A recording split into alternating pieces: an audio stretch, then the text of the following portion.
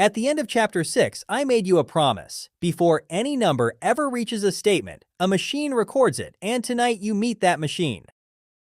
Meet Cedar Company, a small store having a very good month, 1,000 sales, in the system you have run by hand since Chapter 2. That is 1,000 separate journal entries, debit, credit, until your wrist files a complaint. Nobody runs a real business that way, so accountants built two shortcuts: special journals, which capture a whole month of selling on a few clean lines, and subsidiary ledgers, which hand every customer a page of their own. That pair is the accounting information system. And stay to the end, because the entire chapter lands on one cheat card, every journal, every rule, one screenshot. Let's open the machine. So, what exactly is an accounting information system? Strip the jargon. 3 jobs. Collect every transaction as it happens. Process it into the books. Report it out as statements someone can read. Sound familiar? Back in Chapter 1, we called those same jobs Identify, Record, and Communicate. You have run one by hand all course. Now, what makes a good one? 3 principles. Principle 1. Cost effectiveness. The system must be worth more than it costs to run. Principle 2. Usefulness. The right information to the right person at the right time. Otherwise, it is expensive paperwork.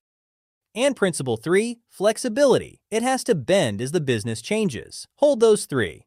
Let's push one real sale through all 3 jobs. May 3rd, Nadia Corey buys $900 of goods from Cedar. On account, she'll pay later. Job 1. Collect. The instant the deal happens, a source document is born. Sales invoice 201. The proof the sale is real. Job 2. Process. We record the sale. One line in a journal, then post it. So Nadia's own account shows the $900 she owes. Job 3. Report. When the statements are built, that same $900 surfaces twice. Inside accounts receivable on the balance sheet and inside sales revenue on the income statement. 1 sale, 3 stops, 1 unbroken thread from a document you can hold to a number a banker reads. 2 ways to run that machine. Manually, paper journals, paper ledgers, because doing it by hand is how the logic sticks. Or on software. A small shop reaches for an entry-level package, the QuickBooks tier of the world. A big company runs enterprise resource planning, one giant system wiring accounting into inventory, payroll, and sales at once. Here is the part that should relax you. The software does not think. It runs the exact same 2 tools you are about to learn, just faster and out of sight. Master the manual machine, and every package you ever open is a menu you already understand. Now the problem this chapter solves. Since Chapter 2, every transaction has gone into one general journal and every posting into one general ledger. For learning, perfect. At volume, it collapses. Watch where. Bottleneck 1. The recording. 1,000 sales means 1,000 handwritten entries, each repeating the same account names, slow and error-prone. Bottleneck 2. The sorting. Accounts receivable holds every customer at once, so when Nadia calls asking what she owes, there is no page to turn to. Her balance is smeared through the whole ledger. So, accountants split the work twice. Split the journal by type of transaction, and recording gets fast. Split the ledger by customer, and sorting gets findable. Those 2 splits are the entire chapter. Here is the map of the whole machine. Get this picture in your head, and the rest is detail. 2 shelves. Books that record are journals. Transactions enter there first as they happen. Books that sort are ledgers. Postings land there, 1 page per account. And you already own half of this map. The general journal is the book you have written in since Chapter 2, Chapter 3's adjusting entries, and Chapter 4's closing entries went there too. The general ledger is where your trial balance has always come from. What is new tonight is the outer ring. 4 special journals move in beside the general journal, 1 per high-volume type of transaction, and subsidiary ledgers line up behind the general ledger, carrying the detail for every single customer and every single supplier. Record first, sort after. That order never changes. Start on the sorting side with the subsidiary ledger, plain English first. You keep one big number for a whole group and a separate page for each member of the group. That is genuinely the entire idea. Now the vocabulary. In the general ledger, accounts receivable stays a single line with a single balance. That line is called the control account. Some textbooks say controlling account. Same thing. Behind it sits the accounts receivable subsidiary ledger. Nadia Khoury has her own page, Marco Bellini has his, Priya Shah has hers. Think table of contents versus chapters. One summary line up front, the real detail on the pages behind. You'll meet it twice, customers on the receivable side, suppliers on the payable side. Now the golden rule, if you keep one sentence from tonight, keep this one. The pages must add up to the summary. Add every page in the subsidiary ledger, and that total must equal the control account. Always. Let's prove it slowly with Cedar's real May numbers. The control account, that single line in the general ledger, reads 3,550 at the end of May. Hold that. Now open the pages behind it. Nadia's page carries 900. Marco's page carries 2,000, two separate debits because he bought twice. You'll watch that happen soon. Priya's page carries 650. Add them with me. 900 plus the 2,000 is 2,900. Add the 650 and you land on 3,550. It ties to the dollar. In my teaching days, I made every class chant that check because when it does not tie, no error message appears. The books simply look fine and are wrong. This little addition is the tripwire that catches them.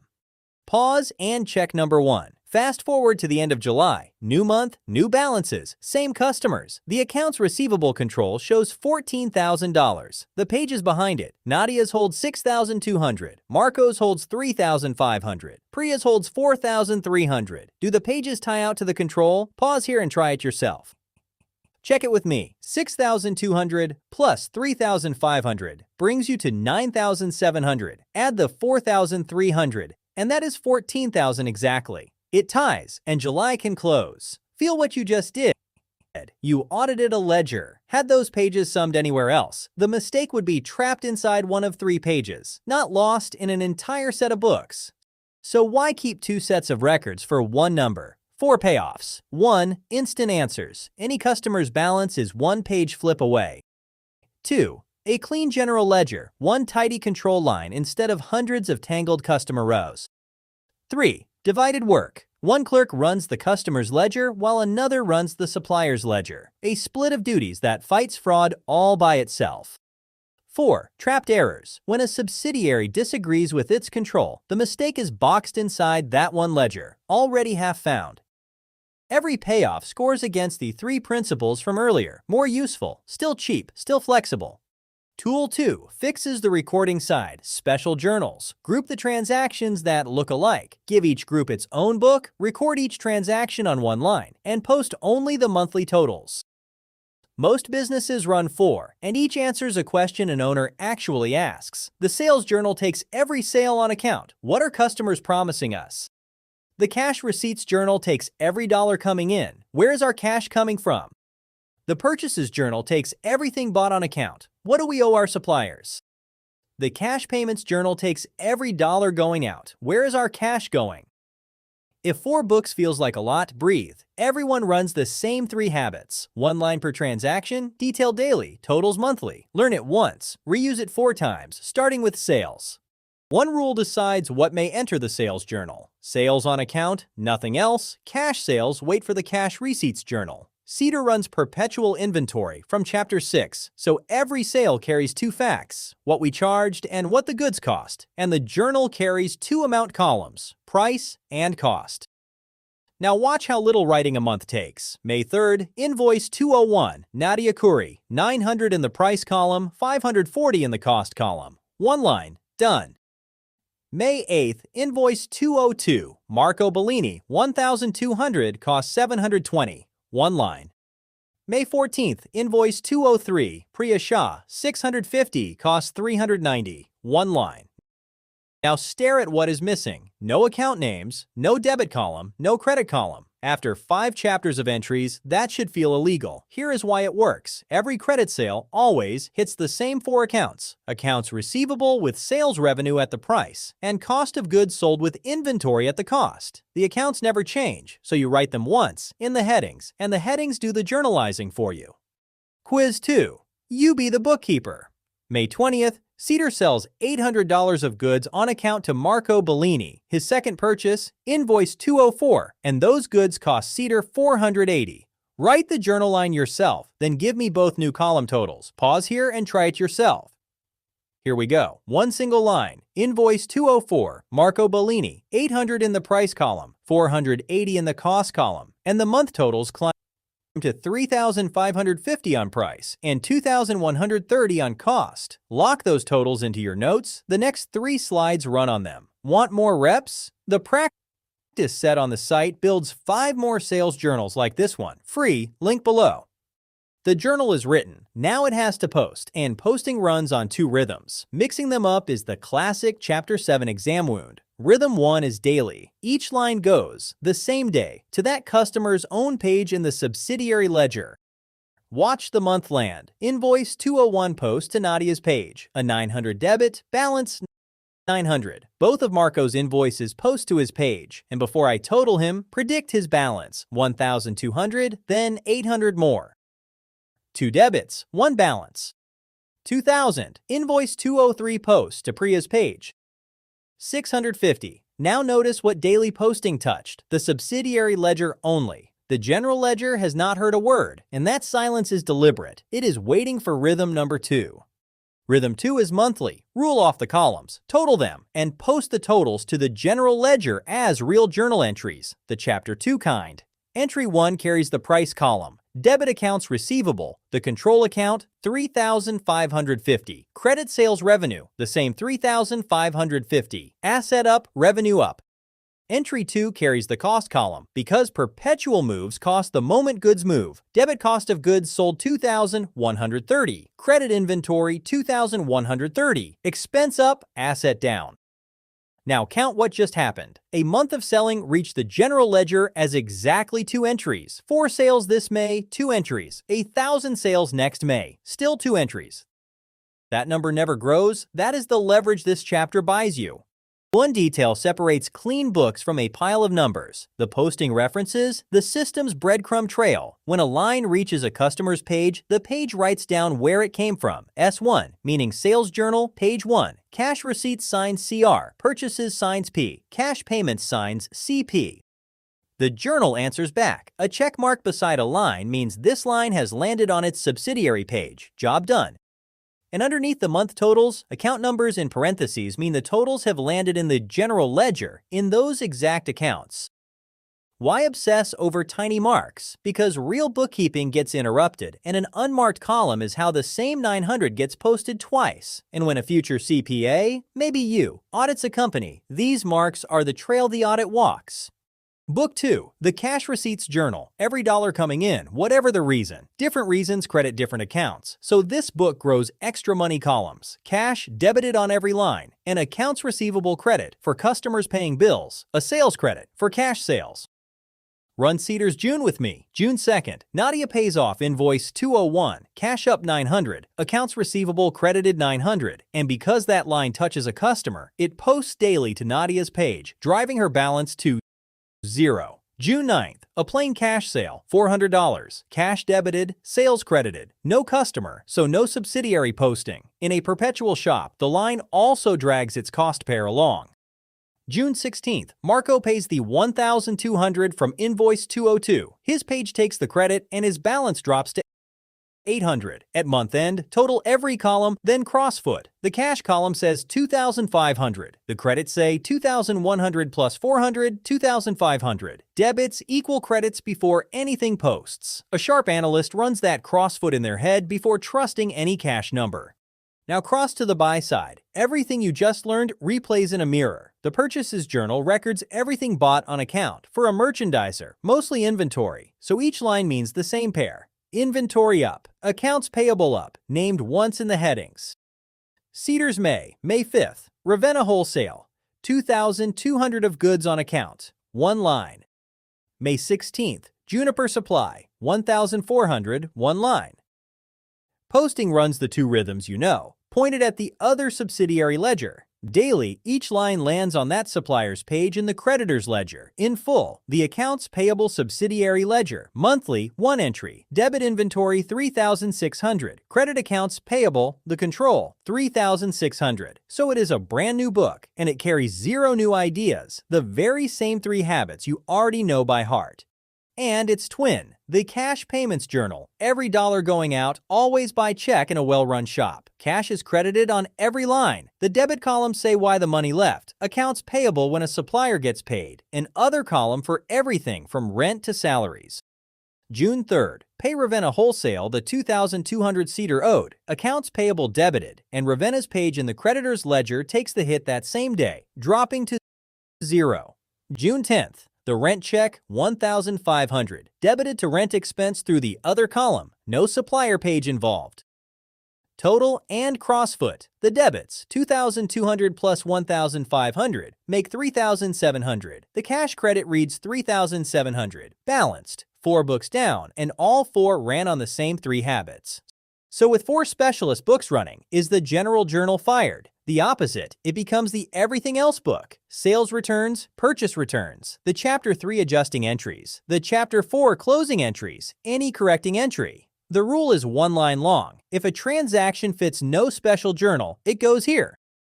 Let's run one real entry through it. June 6th, Cedar opens a carton from Juniper Supply, finds $300 of the goods damaged, and sends them back. No cash moved, nothing bought or sold. General journal, debit accounts payable, Juniper Supply $300, Cedar owes less. Credit inventory $300, the shelf holds less. Now the sharp-eyed detail. That debit touches a control account, so it must post twice, once to the accounts payable control in the general ledger, once to Juniper's own page, and the reference column carries both marks side by side. Juniper's page slides from 1,400 down to 1,100. Skip that second posting, and the golden rule breaks without a sound. Month end, May 31st, and before Cedar can trust these books, 2 proofs. Proof 1 interrogates the ledgers. List every subsidiary page with its balance. The list's name is worth memorizing. The schedule of accounts receivable. Build it with me. Nadia's page says 900. Marco's page says 2,000. Priya's page says 650, and the schedule totals 3,550. Now pull the control accounts balance. 3,550. Tied, the detail agrees with the summary. Same proof on the buy side. On the schedule of accounts payable, Ravenna at 2,200 plus Juniper at 1,400 makes 3,600 against an accounts payable control of 3,600. Tied again. Proof 2 interrogates the journals. After every column total posts, do total debits still equal total credits? That is the Chapter 2 test, and machinery never excuses you from it. In my teaching days, students who ran both proofs every time simply stopped losing marks, and real controllers signed month ends with exactly this habit. Your homework tonight: rebuild both schedules from a blank sheet, cover these answers, and make them tie. Final quiz, the routing drill. 5 transactions. Name the book each belongs in. 1. Cedar sells goods on account. 2. Cedar pays the electricity bill by check. 3. Cedar buys inventory on account. 4. A customer pays their bill in cash. 5. Cedar records month-end depreciation. Pause here and try it yourself. Check your answers. Selling on account, sales journal, always. Paying by check, cash out, cash payments journal. Buying inventory on account, purchases journal. A customer paying their bill, cash in, cash receipts journal. And depreciation, no cash, no selling, no purchase, an adjusting entry. Straight to the general journal. 5 for 5. And you can route anything a business throws at you. Routing is half this chapter's exam. Last stop, this machine gone digital, because the business you join will run software, not paper. Here's the secret. The software is this chapter, wearing an interface. Key an invoice into an accounting package, and it journalizes the sale, posts the customer's page, and updates the control account, collect, process, report in one click. Look at the mapping. Special journals become input screens. Subsidiary ledgers become the customer and vendor lists. Schedules print themselves on demand. Sell online, and even the collecting is automated. An e-commerce checkout is a source document being born at midnight with no human awake, which is also why access controls and backups are now part of the accountant's job. And that is exactly why you learned it by hand. Software hides the wiring. This chapter handed you the wiring diagram. When the numbers look wrong, and someday they will, you will be the one who can open the hood. Here is the promised card. Pause and screenshot it. Chapter 7 on one screen. Exam Radar first. This chapter shows up 3 ways. Route a transaction to its journal, post it daily versus monthly, and prove a schedule against its control account. The card answers all 3. Section 1. The 4 special journals. What each records and how each posts. Detailed daily to the subsidiary ledger. Totals monthly to the general ledger. Section 2. The golden rule. Every subsidiary ledger must total to its control account, proven on a schedule. Section 3. The general journal. Returns, adjusting, closing, correcting, whatever fits nowhere else. Scan the code for the printable version and bring it to every practice set. 1 card, 1 chapter, 0 excuses.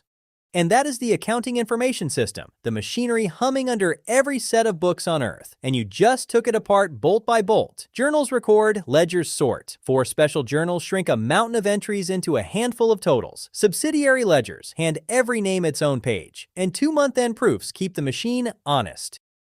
From my classroom years, the students who went on to sign audit opinions and run finance teams were rarely the fastest. They were the ones who could sit with a messy ledger and calmly find the thread. That patience is built exactly where you are sitting now. The future CPAS, CFAS, and CEOS all sat through this same chapter. Keep going. Want the fast recap? The Chapter 7. Focus on the Channel replays this story at speed. Practice exercises, notes, and the printable card are free on the site. Link below. No email wall, nothing to buy. Hit like so this finds the next student. Subscribe so the next chapter lands in your feed, and I'll see you in the next class.